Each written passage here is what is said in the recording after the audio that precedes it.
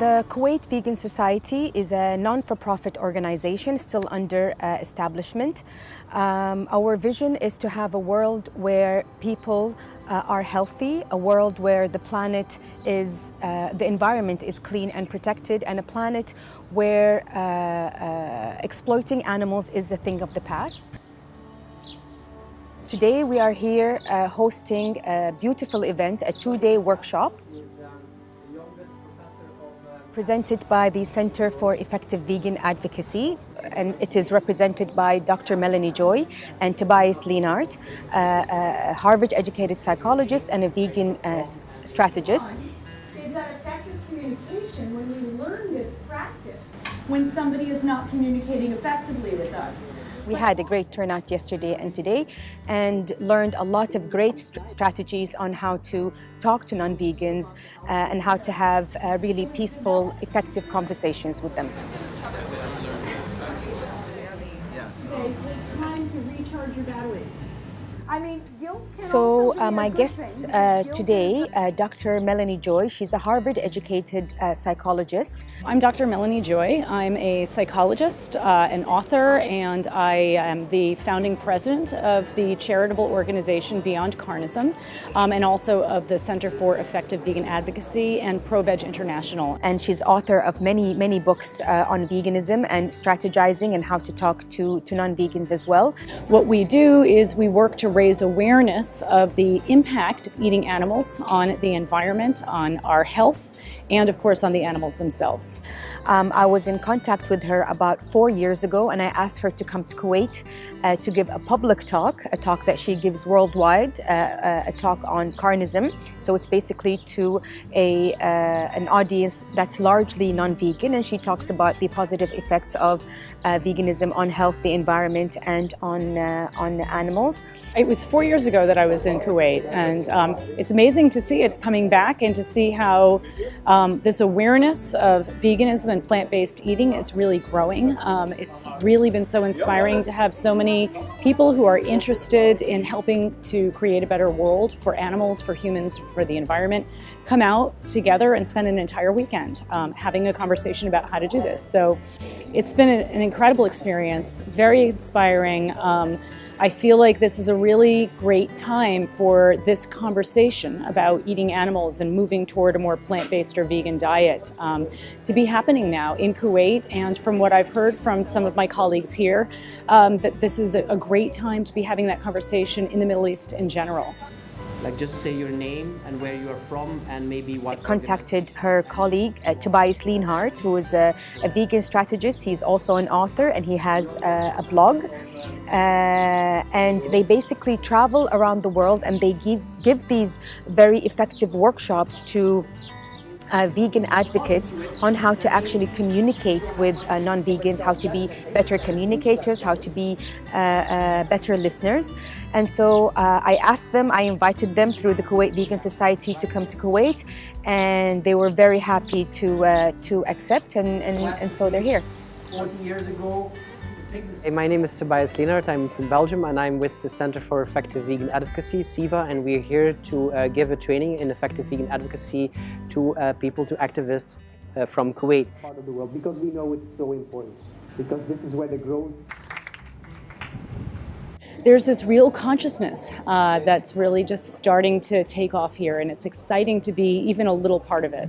when you've got the TV on and the radio on and the internet. Hearing Melanie talking about so many things, which was basically aimed towards veganism, but then it also helped me on a personal level. Many things that she said made a lot of sense in terms of personal life, veganism, work-related. She's obviously been a big influence, and I take many things that she said.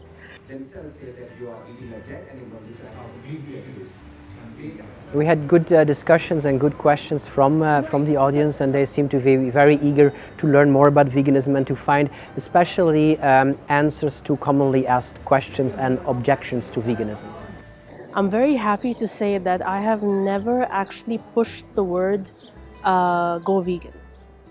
But I had this guilt in me always that I'm not pushing that forward. I always pushed as, if you don't want to go vegan, just go flexitarian, because that is a step towards going the right way, and maybe you might just, eventually become vegan. So many people at work, I make myself visible, not verbal. So once they see what I'm eating, they would obviously be asking questions like, where do you get your protein from? All these things. And then you just start by talking about your experience and how you converted. And I always said, don't think about going vegan, think about cutting your intake of animal products. And then maybe eventually you'll just one day stop going towards meat products. And so when Tobias stressed on this point, I felt so much pride, because that's what I have been doing. So I've been doing something right. Whereas before I used to feel guilty as, am I doing it the right way or no? So this experience in this workshop has helped so much. I'm going to take lots of things. The most important thing is always to question your audience about what they're passionate about before enforcing your beliefs. I've learned a lot of things, like how to deal with anger with people who feel like it's impossible to be vegan and it's so extreme. How to defend myself as a vegan and not cause them to be angry at the same time. I've also learned a lot of things about how animals are loved and how are we. This encouraged me to love animals even more. It's exciting to see what's happening. People are waking up. People are realizing that eating animals, meat, eggs, and dairy is really harmful to their health. They're recognizing that the way the animals are treated, raised and killed for food is not in alignment with their core values, and for many of them, their religious values as well. Animals are they're equal to humans, and we have to treat them as we treat our friends and family. We should spread this, and the ways we should spread this love for animals to people. One thing that I notice here more than in my country or my part of the world is the concern about what religious people would say about veganism, and that's of course a topic that I have less experience with, but that's nevertheless very interesting. Being labeled as a vegan, they just put you in a category and they just judge you. I have learned much more than I expected. I learned how to be a better advocate for a very noble cause, and I learned how to make it more approachable to people, so more people would actually be open to the idea of veganism, or at least get as close as possible to veganism. Just being here, they were excited, of course, to meet Dr. Melanie and Tobias. Most of the people here actually have read their books. I am very, very impressed. I think Melanie and Tobias are very professional, and I love that they are talking about they're talking about the psychological aspect of it, breaking down conversations, really going deep into it to the point that anyone can benefit from it, not only for veganism but for any message. I think it's really amazing, and I love that they are very flexible. They focus on the process of connecting rather than just giving the content and all the information that push people off. I love this process of connecting to the people, have your audience trust you, and then delivering the message in this way. And you're talking on the phone. It's not possible. You do become more attractive. I'm really happy to be here at this workshop. It's been an amazing experience.